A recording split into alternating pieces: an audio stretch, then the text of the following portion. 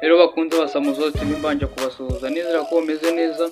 Mbibutsa gukanda subscribe, like, share na comment yo mukomeze kubona amakuru ku gihe. Perezida Kagame yizihirije isabukuru y'amavuko muri Samoa. Kuri uyu wa 23/24 Perezida wa Repubulika Paul Kagame uri mu ruzinduko mu birwa bya Samoa yizihirije isabukuru y'amavuko muri icyo gihugu. Nkuko bigaragara ku mafoto aho yizihije ibyo birori ari kumwe n'itsinda ry'abayobozi bamuherekeje mu nama ya CHOGM mu 2024 irimo kubera aho muri Samoa. Minisitiri w'Ububanyi n'Amahanga w'u Rwanda IMB Oliver Nduhungirehe uri kumwe n'umukuru w'igihugu muri Samoa mu butumwa yanyujije ku rukuta rwa X yashyizeho amafoto aherekejwe n'amagambo yo kwifuriza Perezida Paul Kagame isabukuru nziza. Perezida Kagame yavutse tariki 23 Ukwakira 1957, ubu akaba yujuje imyaka 67 y'amavuko. Abayobozi bifatanyije na Perezida Kagame kwizihiza isabukuru y'amavuko barimo Minisitiri w'Ububanyi n'Amahanga IMB Oliver Nduhungirehe, Ambasaderi w'u Rwanda mu Bwongereza no mu birwa bya Samoa IMB Justin Businge, umuyobozi wa RDB Francis Gatare, Minisitiri w'ibikorwa remezo Dr Jimmy Gasore n'abandi.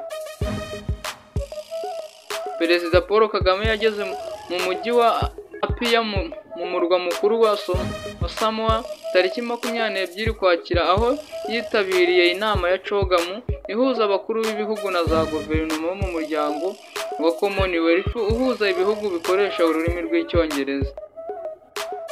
Perezida Kagame kandi mu masaha y'umugoroba yagiranye ibiganiro na Minisitiri w'Intebe wa Samoa Fiame Naomi Mataafa.